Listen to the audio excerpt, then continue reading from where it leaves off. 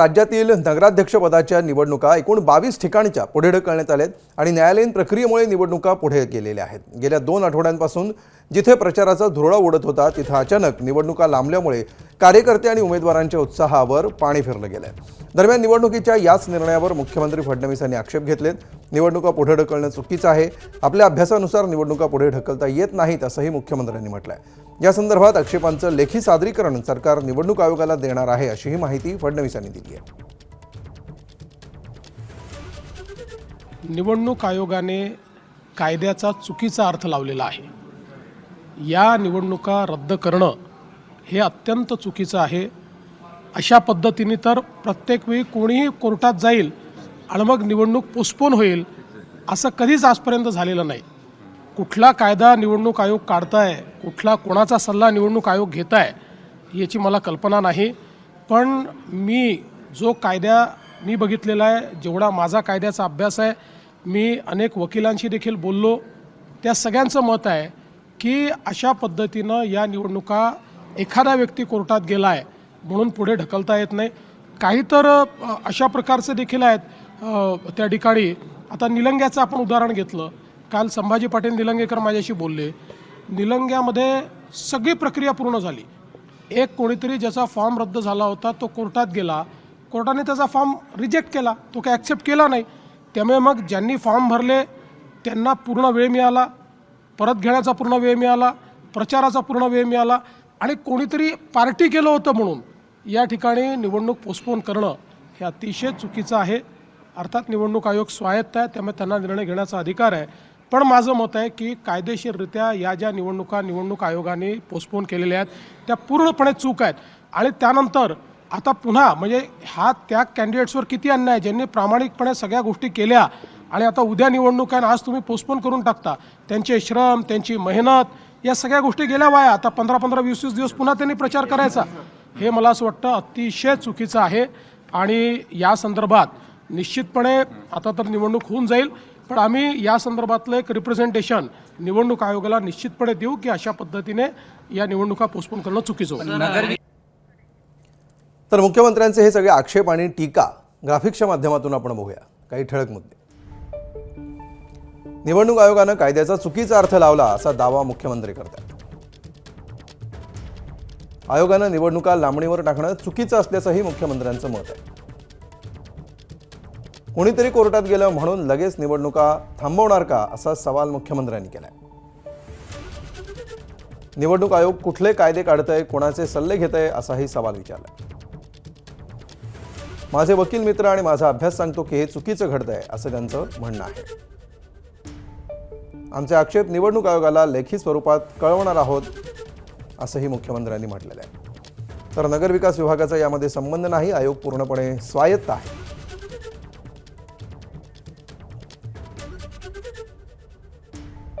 तर पुढची प्रक्रिया पूर्ण झाल्यानंतर निवडणूक थांबवली जात नाही असं उपमुख्यमंत्री एकनाथ शिंदेंनी म्हटलंय।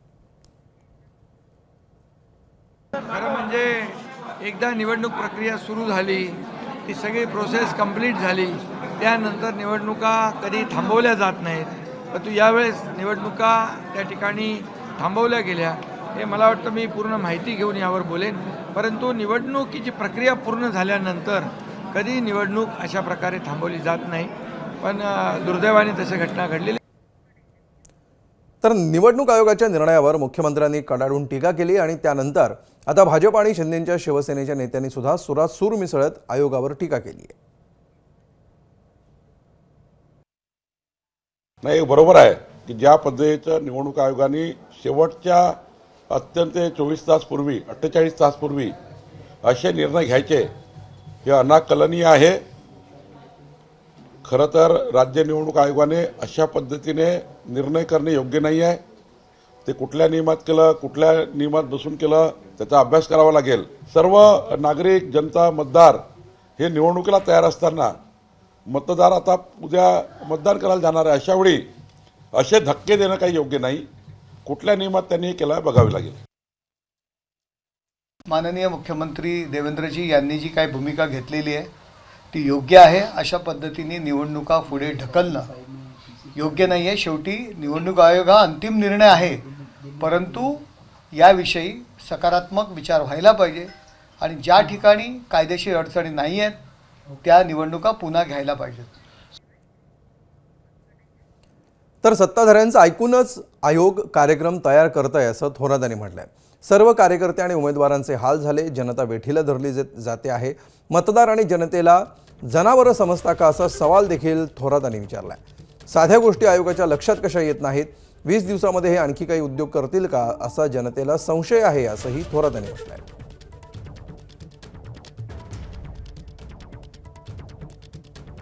तर काही वेळापूर्वीच त्यांनी फोनवरून संवाद साधताना एबीपी माझाशी काय प्रतिक्रिया दिली आपण बघूया. निवडणूक आयोगाचं जे सर्व निवडणुकीचं नियोजन आहे ते बिलकुल चुकीचं आहे.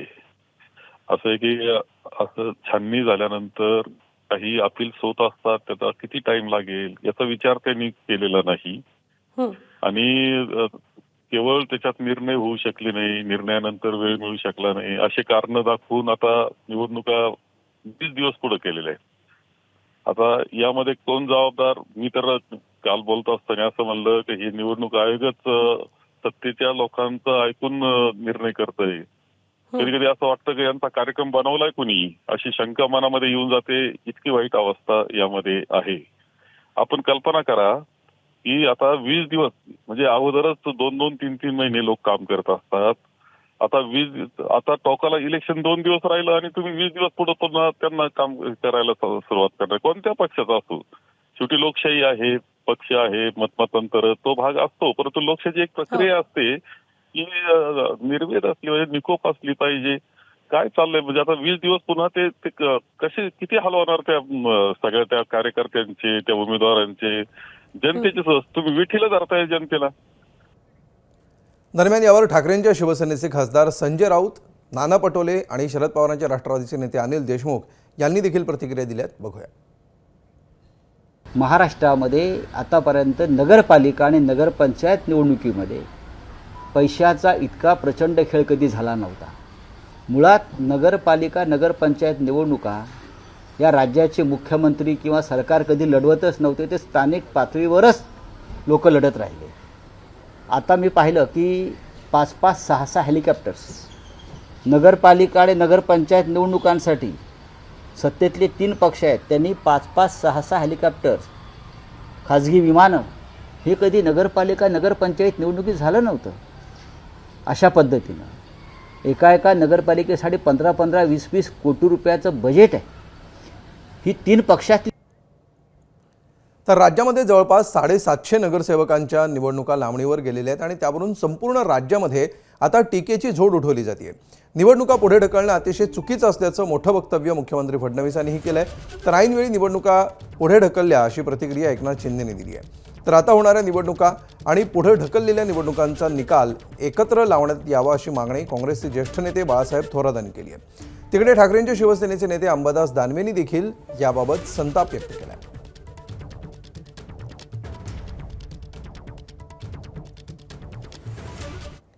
तर 22 नगराध्यक्षपदांच्या निवडणुकांना स्थगिती मिळालेली आहे. बघूया. बाळापूर, अंजनगाव सुर्जी, यवतमाळ, देऊळगाव राजा, वाशिम, अमरावती विभागातल्या या निवडणुका आहेत.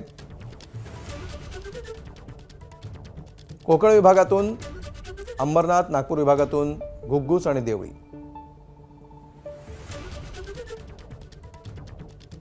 छत्रपती संभाजीनगर विभागातून फुलंब्री, धर्माबाद, मुखेड, रेणापूर, वसमत.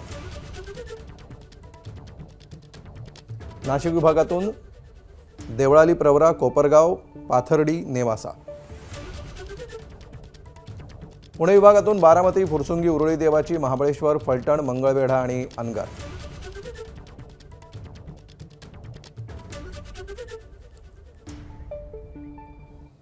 तर नगरसेवक पदाच्याही निवडणुका स्थगित झालेल्या आहेत. त्या कुठल्या आहेत बघूया. अमरावतीमध्ये 187 ठिकाणी, छत्रपती संभाजीनगर 144, पुणे 143, नाशिक 120, कोकण 69, नागपूर 68, एकूण 731 ठिकाणी ब्रेक लागलेला आहे.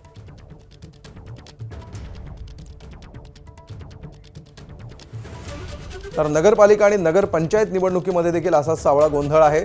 288 ठिकाणची घोषणा झालेली आहे, त्यातले 3 बिनविरोध झालेत.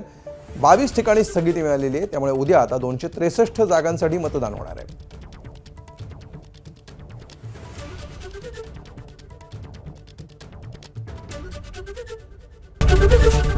एबीपी माझा, उघडा डोळे बघा नीट.